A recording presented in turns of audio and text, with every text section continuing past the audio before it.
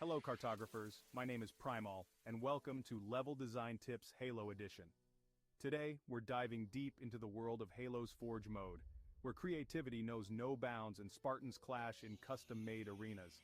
Today, I'm going to be teaching you some core Forge fundamentals. Whether you're making a competitive map, a casual arena map, or a zombie map, I got you covered. We'll be covering everything from the initial planning stages to fine-tuning the aesthetics of your masterpiece. So, grab your controllers, fire up your Xbox, and let's get ready to forge some epic Halo experiences. Before we even touch Forge, we gotta talk about pre-planning. It's like building a house. You don't just start laying bricks without a blueprint, right? Same goes for map design. Having a clear vision of what you want to create is super important. Now, you don't need fancy software or anything. Grab a pen and paper, or use a drawing app if you prefer, and start sketching out your map ideas.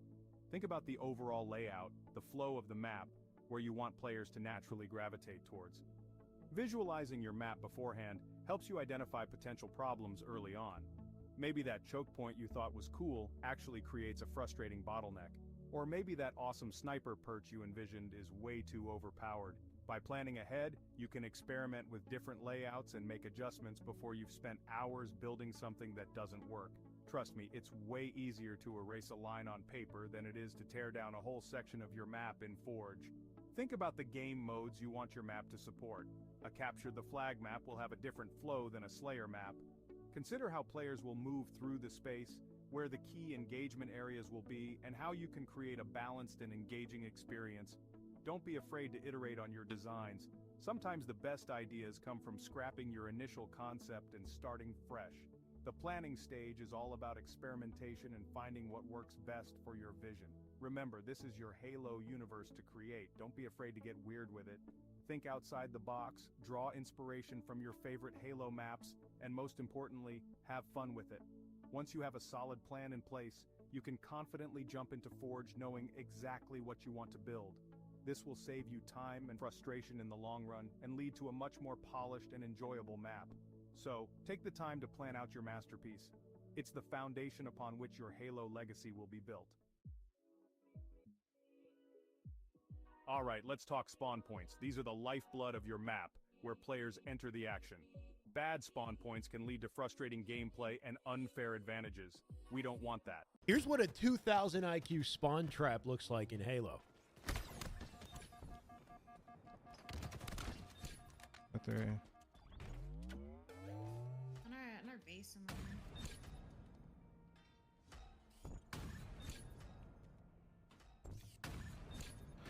Okay.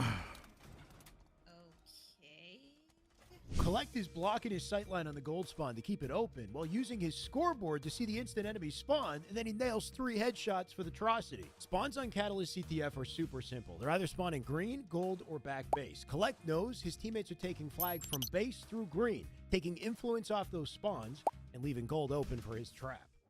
First and foremost, balance is key. Spawn points should be strategically placed to ensure that no team has an unfair advantage right from the start.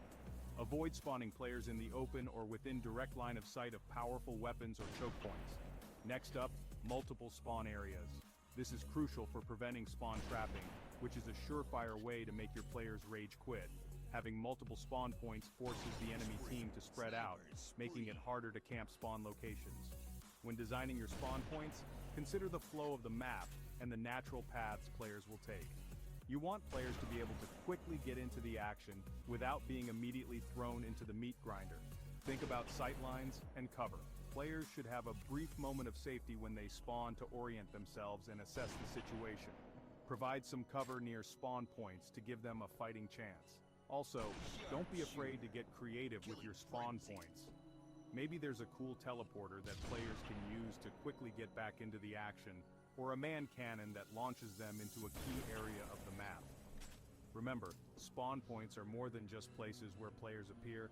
They play a vital role in shaping the overall flow and balance of your map. Take the time to get them right, and your players will thank you for it. Experiment with different spawn locations and see how they affect the gameplay. Get feedback from other players and make adjustments as needed. The goal is to create a fair and enjoyable experience for everyone. With a little planning and attention to detail, You can create spawn points that are both strategic and engaging, ensuring that your map is a blast to play from the moment players jump in. Let's talk cover and lines of sight, or LOS for short. These elements are crucial for creating dynamic and engaging firefights in your Halo maps. Too much cover, and you'll have a camp fest. Too little, and it's a free-for-all bloodbath. Cover is essential for giving players a fighting chance. It allows them to break line of sight, reload their weapons, and regroup with their team. When placing cover, think about the different types of weapons and engagement ranges you want to encourage. For close quarters combat, you might use smaller objects like crates, barrels, or pieces of debris. For longer range engagements, you might use larger structures like walls, pillars, or vehicles. But here's the thing. Too much cover can make your map feel claustrophobic and slow-paced. You want to strike a balance between providing enough cover to make players feel safe, while also keeping the action flowing. This is where LOS comes into play. You want to create clear lines of sight across your map to encourage long-range engagements and give players a chance to utilize their weapons to their full potential. Think about sight lines from different elevations. A well-placed sniper perch can add a whole new dimension to the gameplay, but be careful not to make it too overpowered. You want to create a sense of risk and reward. Use cover and LOS to create natural choke points and flanking routes.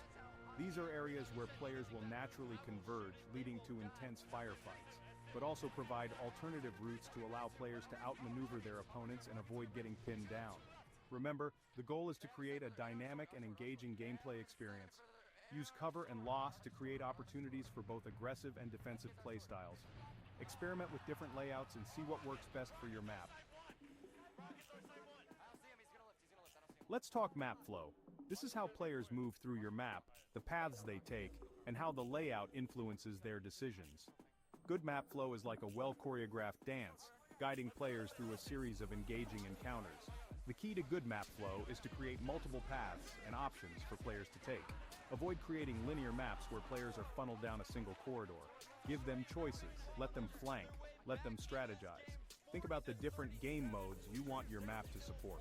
A capture the flag map will require more open spaces and flanking routes, while a Slayer map might benefit from more close quarters combat areas. Use landmarks and visual cues to guide players through your map. This could be anything from a distinctive building to a natural rock formation. These landmarks help players orient themselves and make sense of the layout. Avoid dead ends.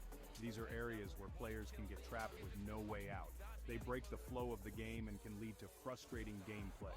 If you must include a dead end, make sure it serves a purpose, like a hidden room with a power weapon. Vary the pace of your map. Don't make every encounter a frantic shootout. Create some areas where players can catch their breath, regroup, and strategize their next move.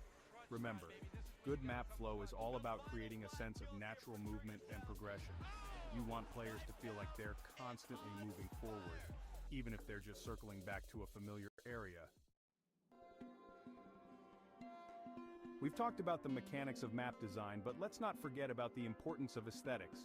A visually appealing map can make all the difference in creating an immersive and memorable experience for your players. Think of aesthetics as the finishing touches that bring your map to life. It's about creating a sense of place, atmosphere, and theme. Do you want your map to feel like a war-torn battlefield, a futuristic cityscape, or an alien jungle? Use lighting to create mood and atmosphere. Dark, shadowy areas can create a sense of tension and suspense, while brightly lit areas can feel more open and inviting. Experiment with different lighting techniques to see what works best for your map. Use color to create visual interest and guide players through your map. You could use different color schemes to differentiate between different areas of the map, or use bright colors to highlight important gameplay elements like power weapons or objectives. Don't be afraid to get creative with your use of forge objects. You can use them to create all sorts of interesting structures, details, and decorations. The only limit is your imagination. Remember, aesthetics are more than just making your map look pretty. They play a crucial role in enhancing the gameplay experience. A well-designed map will not only be fun to play, but it will also be visually engaging and memorable. Understanding map design can be a daunting task, but with perseverance and an open mind, it becomes easier to grasp.